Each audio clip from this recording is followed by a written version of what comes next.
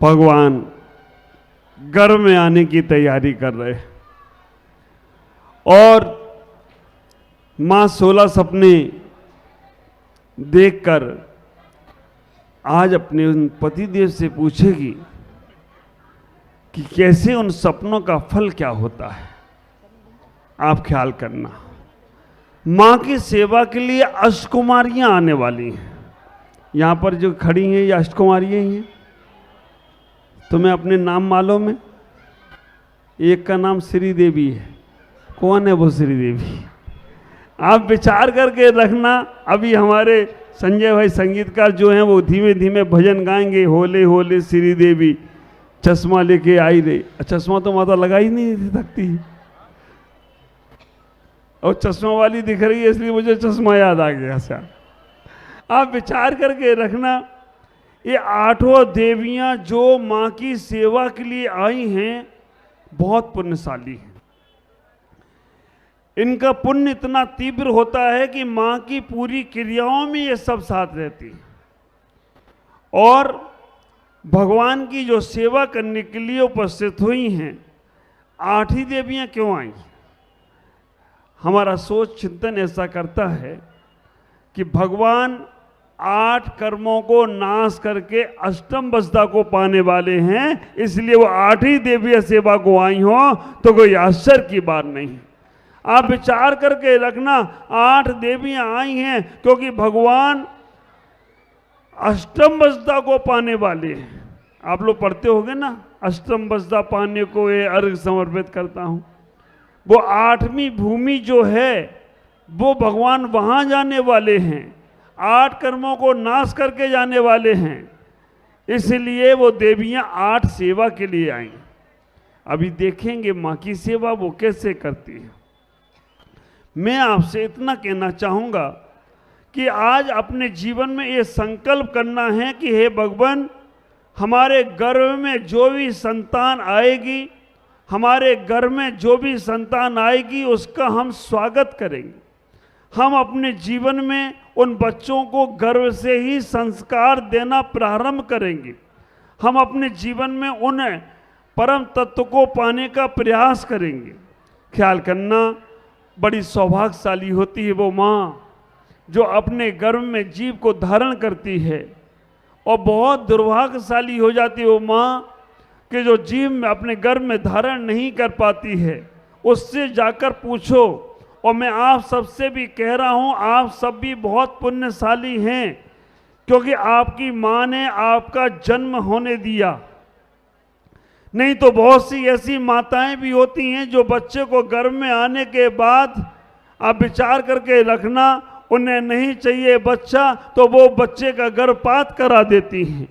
ख्याल करके रखना, आज यहाँ जितने भी माँ बहन बेटियाँ बैठी हैं और जितने भी यहाँ पुरुष वर्ग वगैरह बैठे हैं, आप ख्याल करना, अगर आपने कभी कोई पुण्य अर्जन किया है तो आज पंच कल्याणक में ये संकल्प करके जाना, हे भगवान, मैं अपने घर में, परिवार में, अपने जीवन में कभी भी गर्भपात जैसी विकृति को पनपने नहीं दूंगा। ख्याल करना, मेरे पास बहुत सी माताएं आती हैं कि जिनसे मजबूरी में एक कार्य हो गया, जिनसे ऐसा कार्य हो गया वो आकर प्रायश्चित लेती हैं। घर में कोई व्यक्ति मृत्यु को प्राप्त होए तो 13 दिन का सूतक लगता है। आप विचार करना, घर में कोई सुसाइड करे, आत्महत्या करे तो 6 महीने का सूतक लगता है, और जिस घर में कहीं गर्भपात हो जाए तो उसे जीवन भर का सूतक लगता है। लेकिन वो क्या करें? आप विचार करके रखना, आकर वो प्रायश्चित भी लेती हैं। कभी कुछ मजबूरी में भी होता है, कभी कोई जानबूझकर भी करता है। ख्याल करके रखना, ये विकृति हमारे घरों में पनपना नहीं चाहिए। हमें अपने जीवन में उन संस्कारों को लेने का प्रयास करो, क्योंकि वो कोई जीव आकर कब तुम्हारे जीवन में कहां से कहां तक तुम्हें पहुंचा सकता है। हर जीव अपना पुण्य एकत्रित करके लेकर आता है। जो मां के घर में जीव आया है उसका पुण्य अपने आप में अलग ही होता है।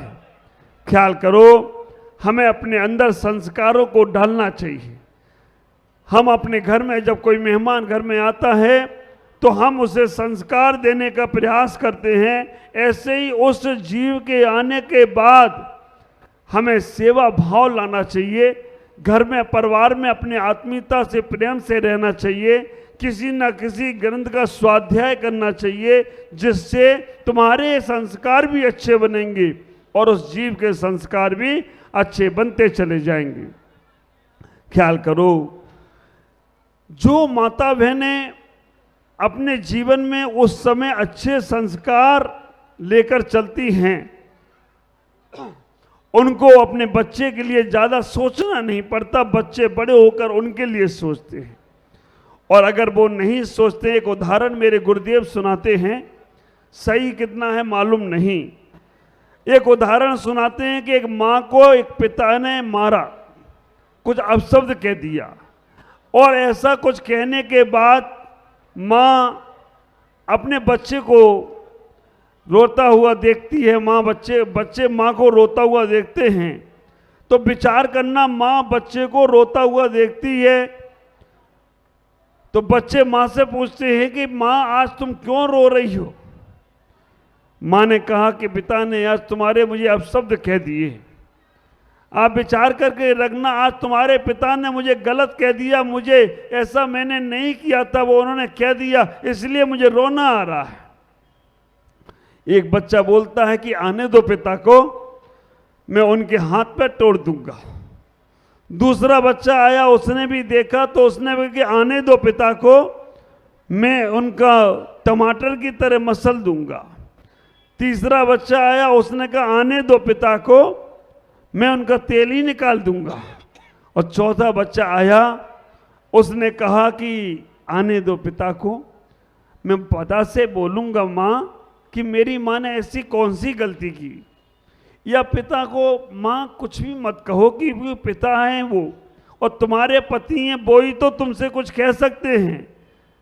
माँ हम पापा से, पिता से बात कर लूँगा, लेकिन आप रो मत। चारों के संस्कार अलग अलग कैसे पड़ गए, ख्याल करके रखना, चारों के संस्कार अलग अलग कैसे पड़ गए। जब उन्होंने पूछा एक संत से, मेरे ही चारों बच्चे, और एक कहते हैं कि पिता के बारे में हाथ पैर तोड़ दूंगा, एक कहता है टमाटर की तरह मसल दूंगा, एक कहता है तेल निकाल दूंगा, और एक कहता है कि पिता ने ही तो कहा है। ख्याल करना, संत ने उस महिला से पूछा, जब तुम्हारा बड़ा बेटा तुम्हारे घर में आया था तब तुम किससे बातचीत करती थी, किससे मिलती थी? उसने कहा, बहुत याद किया। उसने कहा मेरे घर के बाहर एक पहलवान रहता था, और जब ये बड़ा बच्चा आया था तो वो उस पहलवान से मैं बात करती थी, और मैं उसके देखकर ऐसा सोचती थी कि मेरा बेटा भी ऐसे हट्टा कट्टा होना चाहिए। रोज उससे मिलती थी, रोज उससे बात करती थी। विचार करना, संत ने कहा वो ही संस्कार पड़ गए। अब ये पहलवान जैसा हो गया है, अब वो हाथ पैर तोड़ने की बात करता है। दूसरे नंबर का बेटा, ख्याल करके रखना, दूसरे नंबर का बेटा, उन्होंने कहा कि एक सब्जी बेचने वाला निकलता था, उसके टमाटर को देखकर उससे मैं बात करती थी। वही संस्कार पड़ गए, आने दो मैं टमाटर की तरह मसल दूंगा।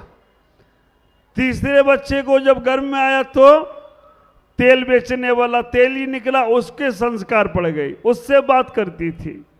और चौथे नंबर पर कोई सज्जन पुरुष निकले, संत पुरुष निकले, उससे बात करती थी, तो वो बेटे पे उसी प्रकार के संस्कार पड़ गए। आपको बात बड़ी गप लग रही हो सकता है, लेकिन एक उदाहरण आपको आपने देखा होगा, एक पेपर में छपा था, अखबार में, एक माँ ने बच्चे को जन्म दिया, चिंपांजी का जन्म, चेहरा तो मनुष्य का, पूरे शरीर पे उसके बाल ही बाल। डॉक्टरों ने उसको अखबार में छपाया, अखबार में पढ़ा कि चिंपांजी का जन्म दिया।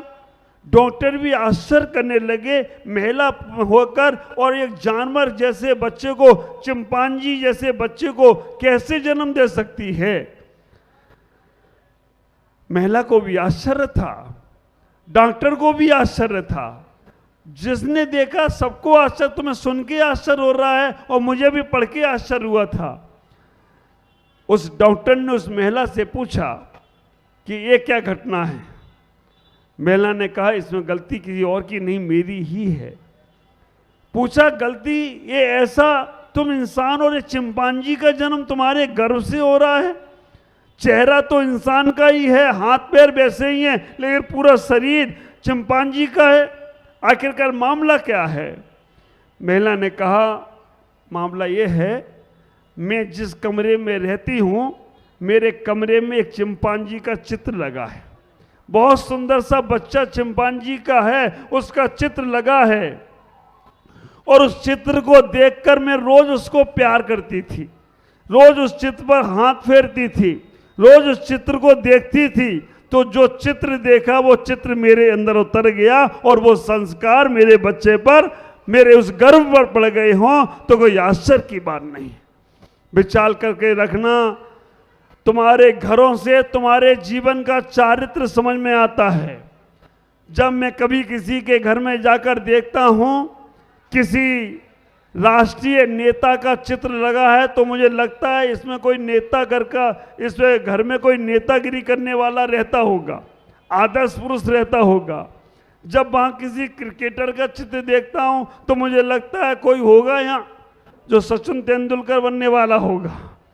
जब कभी WWF बॉडी बिल्डर होते हैं उनके चित्र देखता हूँ तो लगता है कि इस घर में कैसा व्यक्ति होगा, और जब उस घर में जाकर किसी फिल्मी एक्टर या एक्टरनी का चित्र देखता हूं तो मुझे लगता है इस घर में क्या चारित्र वाले लोग होंगे। घर का छोड़ो, तुम्हारे मोबाइलों से तुम्हारा चारित्र मालूम पड़ता है, तुम्हारे मोबाइलों से तुम्हारा चारित्र मालूम पड़ता है कि तुम्हारे मोबाइल पे किसकी फोटो लगी है।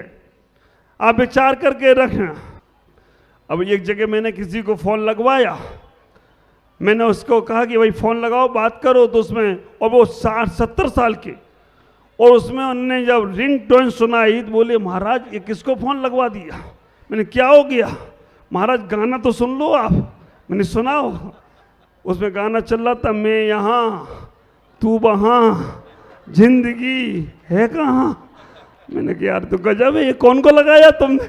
दादाजी को लगाया है, उसके बहू को लगा दिया। आप विचार करके रखना ऐसा ऐसा। अब मैं जा रहा हूं एक बार मंदसौर में प्रवचन करने शमशान घाट, और शमशान घाट जा रहा हूं, एक अर्थी भी चली जा रही, और अर्थी में वो आदमी जो कंधा लगाए उसका मोबाइल बज गया, और गाना भी ऐसा टिप टॉप, अकेले अकेले कहाँ जा रहे हो मुझे भी, शमशान में जहां जा रहे हो मुझे भी साथ ले लो। गजब। मैंने कहा हो गया काम यार। तो ये मोबाइल सबसे खतरनाक रहता कहीं है, पता कहीं और का बताता है। एक आदमी हमारे पास बैठा था, उसके मोबाइल में घंटी बजी, और आदमी की उस मोबाइल में घंटी बजी, उसमें नाम कुछ नहीं, उसमें लिखा था सर दर्द। मैंने कहा यार ये सर दर्द नाम किसका? बोला महाराज एक ही तो सर दर्द है। मैं समझा नहीं। बोला श्रीमती का फोन आया है। आप विचार करना। मैंने कहा ये क्या? बोला सर दर्द एक ही तो है, उसका ही फोन आया। मैंने कहा यार खतरनाक है। तो थोड़े दिन बाद उसकी पत्नी बैठी थी, उसमें भी फोन आया, उसमें लिखा था फालतू आदमी। हमने कहा यार नाम नहीं आ रहा, बिना नाम का ये फोन किसका आया?